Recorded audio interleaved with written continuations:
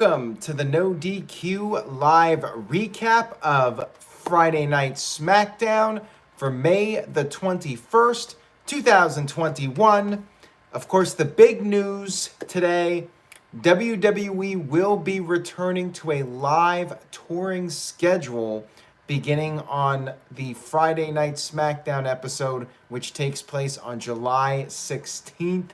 And then the 18th, that Sunday, will be Money in the Bank with fans. And then Raw, the night after, the 19th, we'll also have fans for that. 25 dates announced. Will there be more? I guess that remains to be seen. Or will WWE go back to the Thunderdome? Or will there be a hybrid Thunderdome? Guess we'll have to wait and see. But that's coming up in July. Tonight was the fallout from Wrestlemania Backlash. Shout out to the chat room for tuning in live, and thank you to everybody watching this, whether it's live or on demand. We kicked off SmackDown with Sonya Deville in the ring. You had the champions minus Roman Reigns on the stage. Sonya Deville, of course, brought up that WWE will be leaving the Thunderdome, and they wanted to recognize the men and women that have made history for themselves. There was a parade of champions.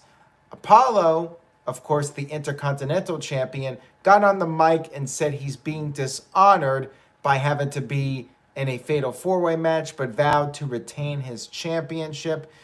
Sonya Deville then introduced the tribal chief, Roman Reigns. However, it was Paul Heyman that came to the stage instead. And interestingly enough, Paul Heyman came down with Roman Reigns' old theme music, the old Shield music.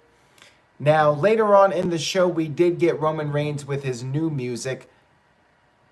Is Paul Heyman going to use the Shield music as his music from now on? It was quite strange.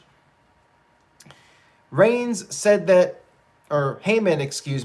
that Reigns is not a title holder, he is a champion.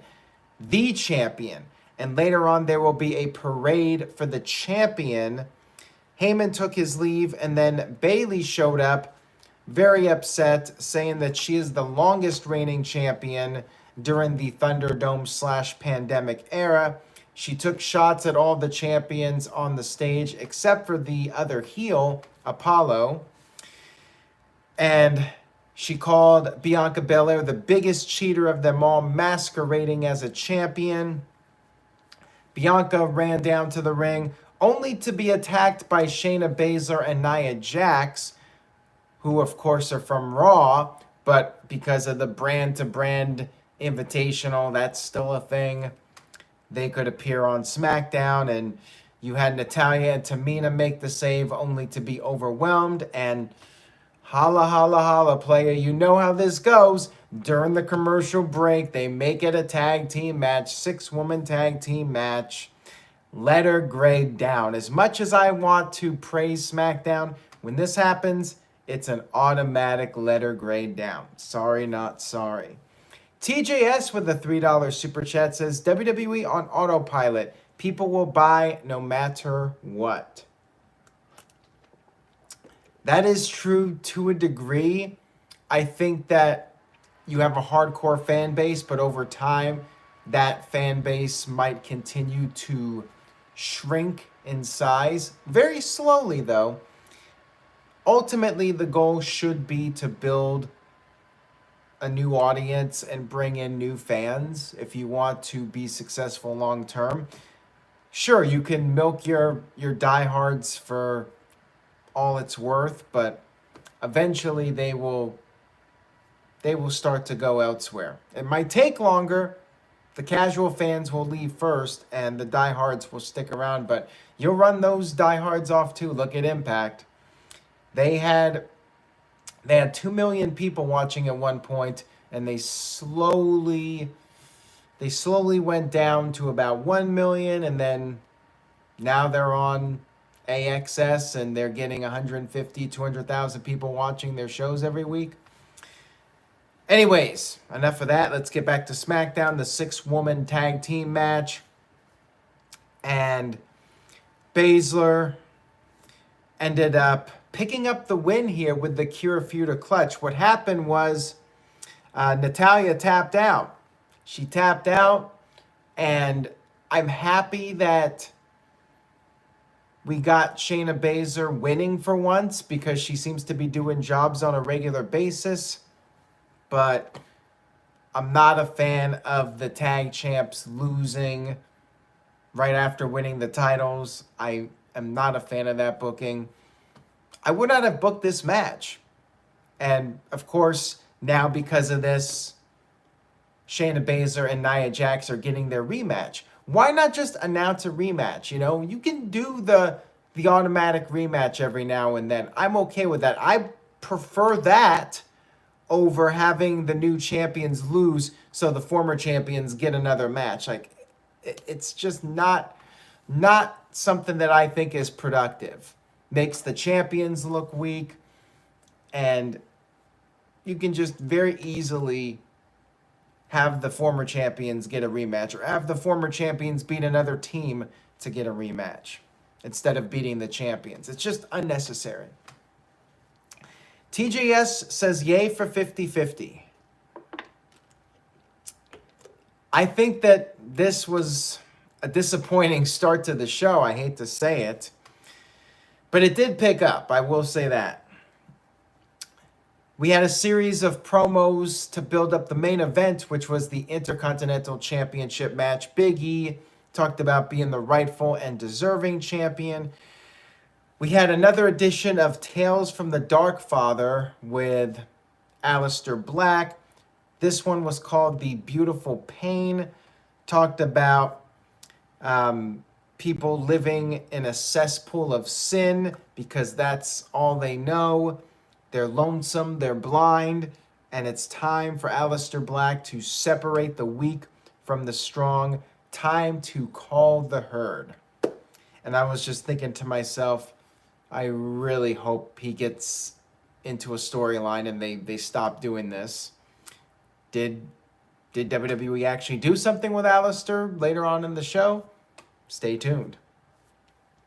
We had King Corbin come to the ring. No crown because Shinsuke Nakamura stole it from him. You know, that babyface Shinsuke Nakamura. They showed the footage of Shin going on the road, driving around with the crown, which just made Corbin very, very angry. Like Marvin the Martian angry when Bugs Bunny was up to shenanigans. He said he's been disrespected, the most disrespectful thing that a person could do. And unlike Nakamura, he is a real king. He respects the crown, just like Larry David respects the wood. This led to an interruption from somebody I was not expecting. Like this person, if you asked me to say who's going to interrupt King Corbin on this show, I would not have predicted this person. It is the man from NXT who would play a guitar and was like a big metalhead, Eric Bugenhagen. His new name is Rick Boggs.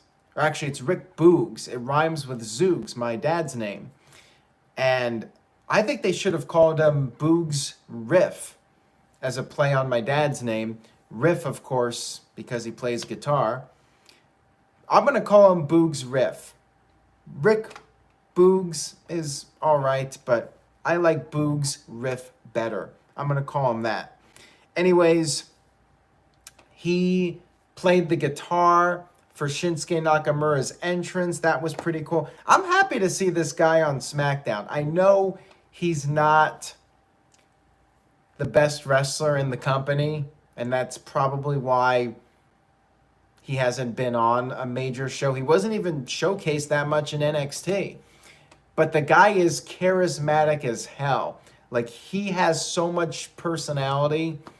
And I could see Vince loving this guy. And I'm glad he's getting an opportunity. And I have to say, Boogs and Nakamura, that is the tag team I did not know I needed. These guys are awesome together. And I think there's something with these guys as a tag team. So we had this singles match, and it was pretty standard. Corbin dominated most of it. He mocked Shinsuke at one point. Shin made a comeback, but then Corbin was able to sidestep the Kinshasa. He hit the deep six, got a near fall, and then you had Boogs started playing the guitar to distract Nakamura, so another distraction finish. And Nakamura with a small package pinned Corbin. 50-50 booking, whatever. I just like Boogs being on SmackDown, so I will give this segment a pass. I'm not going to crap on it because of the standard 50-50 booking with the outside interference.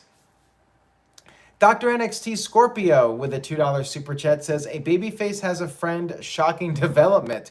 Yeah, I mean, seems like the good guys never have friends when they need them, and for once, Shin actually has a friend, so there you go. We had a shot of Jimmy Uso backstage. He's got this Often Sika t-shirt. That was pretty cool. And then we had a recap of Backlash with Roman Reigns beating Cesaro. Reigns had Paul Heyman list off all of his victims going back to Payback when Reigns beat The Fiend and Braun Strowman, sent The Fiend over to Raw, made a man out of the Monster Among Men, and talked about beating Owens, beating Bryan, stacking Edge and Bryan at WrestleMania. And then Cesaro interrupted. Cesaro had his arm in a sling and basically wanted another match at Hell in a Cell. And I'm like, oh, here we go. We always got to have more than one match. We can't just have a one-off. But then Seth Rollins in another crazy outfit showed up and attacked Cesaro, beat the crap out of him, and was trying to walk away and then would come back and attack Cesaro some more, hit a couple of curb stomps, one on the floor and then another on the staging area, the ramp. And Rollins was just completely losing his mind, and I'm hopeful this means no Cesaro versus Reigns at the pay-per-view. Let's get something else. I'd rather have Rollins versus Cesaro again than another Reigns versus Cesaro match. As great as that match was, I want to see Reigns against some different people. And an interesting thing about this segment, Reigns was wearing a tracksuit with his logo on the side here. And people were remembering this time when The Rock would wear a tracksuit. Was this done on purpose? Was this a subtle hint of what's to come? I would like to think so. I would like to think Reigns wore this by design and this was not just accidental. But yeah, imagine if The Rock came back for SummerSlam in Las Vegas. They got a pretty big event if this is going to happen in Vegas at the new Raiders Stadium with 60,000 people. That's a lot, especially when we're still at the end of this pandemic. There might be people that are hesitant about attending a big event, even in August.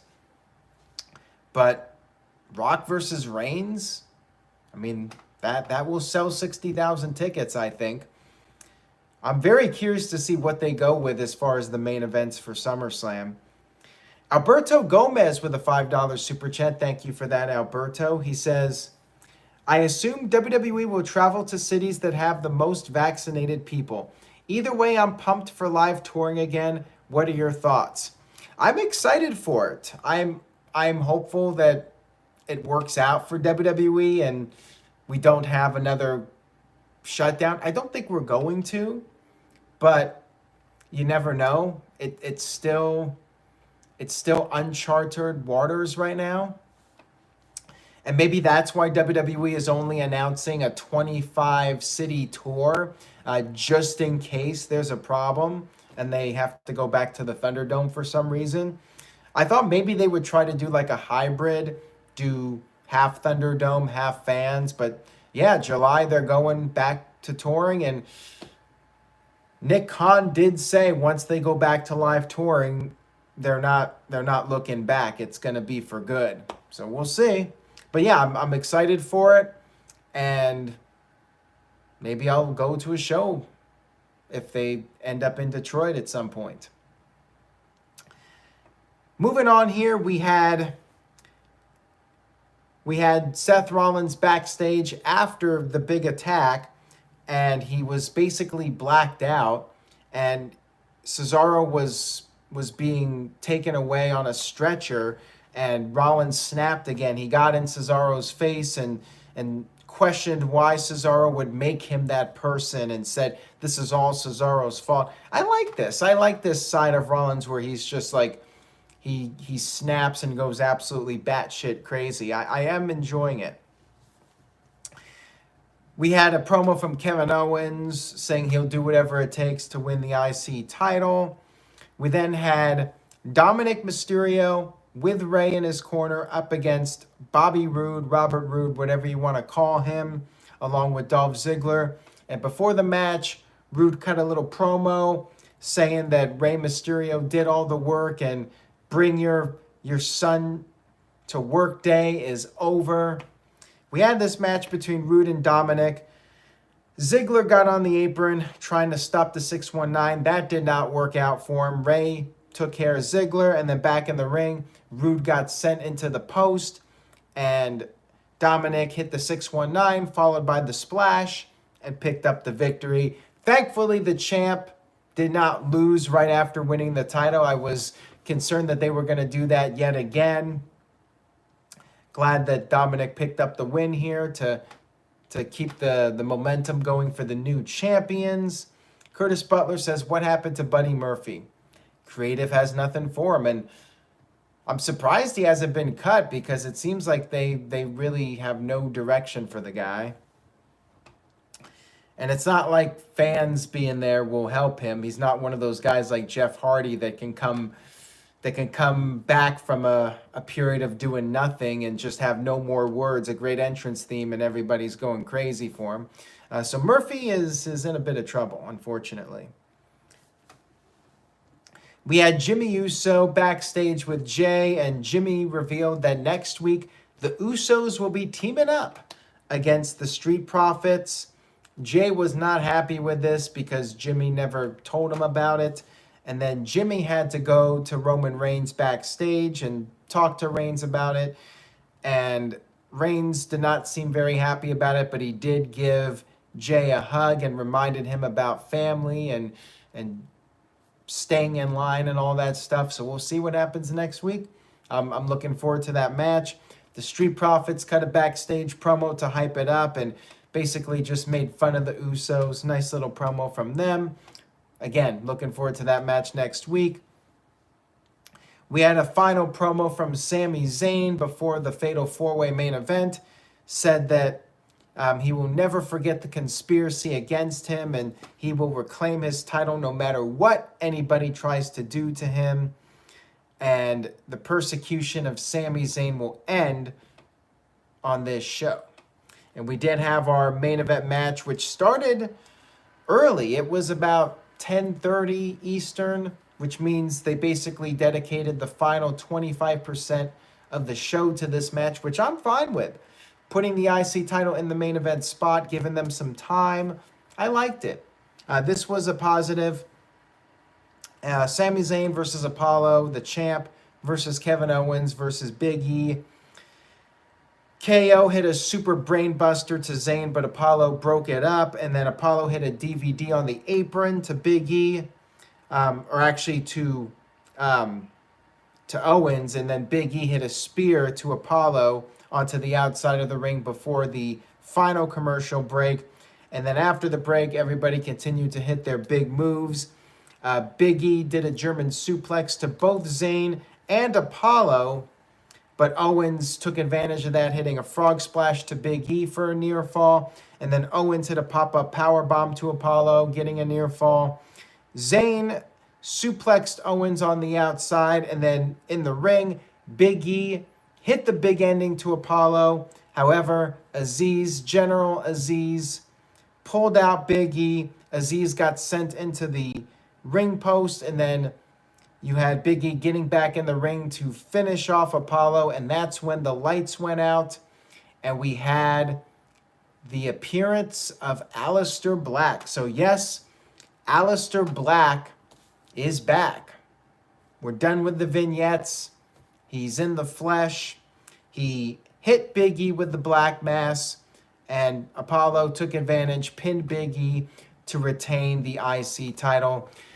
I'm not the biggest fan of these long matches that end with the interference, but I'm just happy that Aleister is now in a feud and he's active, doing something. He's done.